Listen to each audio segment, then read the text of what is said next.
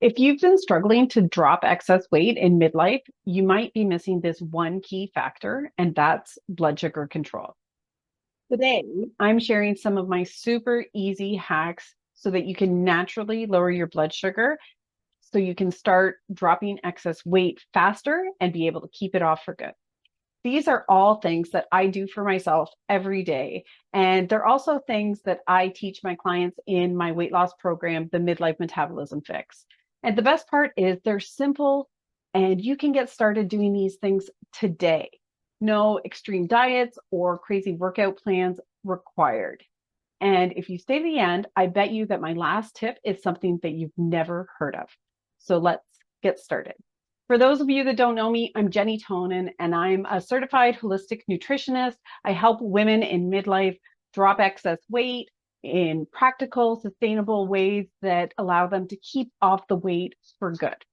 So tip number one is something that is really simple to do, and that is to add specific herbs, spices, and teas into your daily eating plan, whatever that eating plan is for you. So some of the best herbs, spices, teas that you can use include my personal favorite, which is cinnamon. Now, I am going to specify that when you buy cinnamon, you want to be conscious of the kind of cinnamon you buy. It often in grocery stores, you're going to see it just labeled as cinnamon. And if that's the case, it's usually something called cassia cinnamon. And that is not the cinnamon I'm talking about. That kind of cinnamon in high quantities can actually be hard on your liver, and we don't want to stress your liver in any way. So instead, I'm talking about something called Ceylon cinnamon. It will indicate it on the package if that's the kind of cinnamon it is. Sometimes you need to go to a special store or a higher end retailer or a health food store to find it. It's slightly more expensive, but in the grand scheme of things, it's still a really expensive way to naturally control your blood sugar. And cinnamon is absolutely delicious, in my opinion. You can add it to basically almost any sweet dish. You can add it to lots of different savory dishes, things like stews and some curries and sauces. Taste really good with a hint of cinnamon in them. My favorite way to get it in on a consistent basis, though, is to each morning I make a big pot of tea. And one of the things that I add to my pot of tea is some natural Ceylon cinnamon for blood sugar control, especially in the colder months. It's warming, it tastes good, it almost tastes like it's some kind of a sweet treat, and it's really incredible. You got to try it. Another great spice is ginger. And ginger, you can buy that in the root, easy to find in virtually any grocery store. You can buy it in the spice aisle, dried as a powder. You can get it in capsules and take it as a supplement. And what I do is I buy ginger root. It's like I said, it's really inexpensive. And when I'm making this pot of tea, to which I add the cinnamon to, every morning, I grate or slice a bunch of ginger directly into that hot water, and it takes on all of the ginger benefits. Tastes really good. You can also toss it in all kinds of dishes. Asian cooking often has ginger in it, and it can have a really wonderful flavor. It can be a really wonderful flavor enhancer. Again, you just have to experiment with it, figure out where you like it and what it suits that you make on a regular basis. My third favorite spice for helping naturally control blood sugar is turmeric. So turmeric's really popular for and pretty famous for helping naturally lower inflammation in our body. So it's great for that. It's got a lot of great benefits. But blood sugar control is a benefit that it's not often talked about when we're talking about turmeric, and it can be really powerful for that. Turmeric, like ginger, you can buy in root form at lots of stores. I often get it. It's really inexpensive. And again, I just grate it into my teapot in the morning, and that makes it so easy. You can also, of course, buy it powdered. You can sprinkle it on dishes. It's in all kinds of Asian cooking, curries, lots of stews. I put it in my eggs a lot. It gives them a even brighter yellow color and extra nutritional benefit. But like I said, my favorite way is to just, again, simply grate it in that pot of tea that I make myself every morning before I start work. Now, if you do use turmeric root, be warned, it will stain your fingers a really bright yellow. So you have to either wear some kind of protective coloring or protective gloves so your hands don't get that yellow color. It sort of makes your hands look like this yellow pen I'm holding if you're not careful. Although I know a lot of people use lemon juice to pull off if it stains anything, but just be warned, it does stain things. Green tea is another amazing way to naturally control your blood sugar. So again, it might be really repetitive, but I also add this to my pot of tea in the morning. So in there, I have my ginger, I have my turmeric, I have my cinnamon, and then I put in green tea. Lots of green tea. Of course, I'm conscious of the caffeine, so I don't want to drink it past, mid-afternoon at the latest, but it's a really great way to help naturally control that blood sugar. And again, full of all kinds of additional health benefits. So it's supporting you in many ways beyond just blood sugar control and weight loss. And finally, I use Tulsi, which is also called holy basil. And now this is not the basil that you get in an herb garden or that you find in a lot of Italian cooking. This is traditionally from India and that part of the world.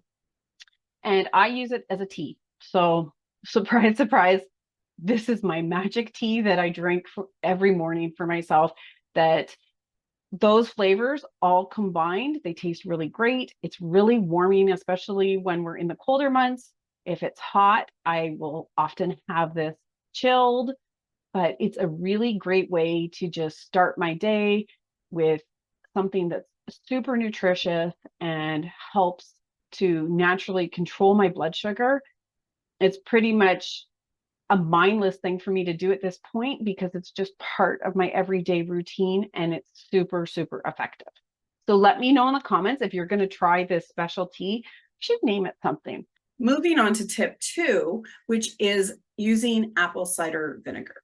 So apple cider vinegar, it's been around forever and it has a lot of health benefits. There's actually a really old book by somebody called Dr. Bragg where he writes about the 101 benefits, I think it is, of apple cider vinegar. I haven't read it in a long time, but apple cider vinegar supports digestion. It does all kinds of great things.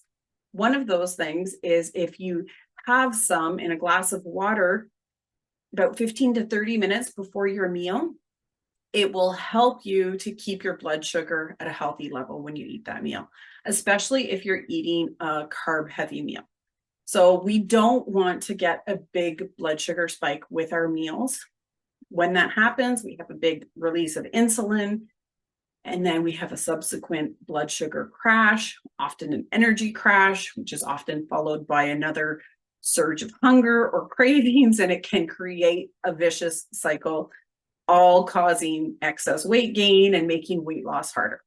So if we have in a glass of water about 15 to 30 minutes before our meal, a small amount of apple cider vinegar, it can help keep, like I said, that blood sugar nice and level instead of getting a spike and a crash. So how much? Well, usually I say start low and go slow if you haven't had it before. It does have a strong taste. It's vinegar, but it's not a big deal. You just chug it down, get it over with, move on. I usually tell clients if they haven't tried it before, start with a teaspoon in a full glass of water. You don't want to do it straight because it can be hard on your teeth, and gradually work your way up. Some people, including myself, have worked their way up to, I take about 1 to 2 tablespoons in a glass of water before my meals. Again, it's really great for the digestion, but it helps keep that blood sugar at a nice, steady, even level. Tip 3 is to do something called postprandial exercise. Postprandial exercise simply means exercising after you eat. And I know you're probably saying, Jenny, I don't want to exercise after I eat. And I'm not asking you to hit the gym or do Pilates or a boot camp or anything like that. What I'm saying is simply taking a nice, somewhat brisk walk after your meals. It can really help stabilize that blood sugar, keep it nice and even, like the apple cider vinegar that we had before our meal. This is going to help compound the benefits of that. It's going to help send that extra glucose that we get from our meal, aka blood sugar, into our muscles. In the most basic terms, taking a walk after your meal helps your body take that extra blood sugar that it took in from your meal, and it's going to drive that into your muscles so that your blood sugar levels stay nice and even, so you're not going to get a spike in them. And this is really, really incredible for weight loss. Now, I'm not talking about some kind of extreme workout. I'm talking about taking a somewhat brisk walk after your meal. And the length of the walk, well, 15 minutes to 30 minutes is ideal. And to do that within an hour or so of eating is optimal. So if you eat lunch at work, eat your lunch a little bit faster and take a nice little walk around the block if you can, maybe with a coworker, maybe on your own. Do the same thing after dinner. Bring the kids with you. If you have kids, it helps them start to settle down and get calm for bedtime. Your dog will love it if you have a dog. It's a great way to talk on the phone and catch up with a friend. Bring along if you have teenagers, sometimes that's the best way to get them off their phones and actually interacting with you, or your spouse. If you need to talk with them, again, it's a really amazing way to connect. Or you can simply catch up on your favorite podcasts or an audiobook, or listen to some music and just make it a little bit of me time and fill your own personal cup a bit, while also taking care of that blood sugar and keeping it nice and level and naturally lower. Tip number 4 is something that I do get a lot of pushback when I suggest it to clients, but I want you to have an open mind and just give it a try, because honestly, although it sounds awful, it can be a really wonderful thing. And that's to have a cold shower in the morning. Now, I'm not talking about your whole shower has to be cold, but when you hop in the shower, do your shower thing at the normal temperature that you're used to. But at the end, after you've cleaned yourself, I want you to turn the dial to cold as it's going to go. And I want you to stand there and let that cold water hit you. I want that cold water to hit you on your face, on your neck, on your chest, and at the back of your neck. And by having cold water exposure like that early in the morning, it does a lot of really great things for you. It does wake you up. It helps you feel refreshed and energized, which are all really great things, especially if you don't feel quite like you had the energy that you have the energy that you used to have. But in addition to that, it helps activate something called brown fat. And now brown fat is a kind of fat we want to have. It's very concentrated in this part of our body, and it helps to boost metabolism, among other things. But one of the other benefits of having cold water exposure like that is it helps to keep our blood sugar nice and level and steady, instead of those spikes and crashes that we want to avoid. That supports healthy weight management and healthy weight loss. So give it a try. Like I said, have an open mind. And in addition to that, cold water exposure can have so many benefits on your overall health and well-being. It can lift up your mood. It makes you feel a lot more alert. So word of caution, I don't recommend having a cold shower later in the day. So if you tend to have a shower in the evening, this isn't the time to try that, but just give it a try. Let me know when you tried it, what you think, and how you felt afterwards. And now tip number 5, this is something that I'm willing to bet you've never heard of, and that's to drink okra water. So for those of you that don't know what okra is a vegetable. It's a long green pod. Sometimes it's called ladyfingers. It's popular in a lot of Asian cooking, some Caribbean cooking, and even in the southern US, there's a lot of dishes that use okra. I'm not talking about putting it in your food though. What I want you to do is get some okra, slice 2 or 3 pieces lengthwise, and put them in a glass of water at night before you go to bed. Leave that water to sit for about 8 to 12 hours. And in the morning when you get up, take the okra pods out, get rid of them, and simply drink that water on an empty stomach. And some studies have shown that different plant compounds in that okra water can help naturally keep your blood sugar nice and low and even. It's a really simple, inexpensive, effective way to naturally support that healthy lower blood sugar that we're looking for, that can really, really help improve weight loss, especially if you've been struggling and you feel like you're doing all the right things and it's still not working. These different strategies for supporting your blood sugar in healthy, natural ways, they can make a big difference. And most of these things are virtually free or really inexpensive.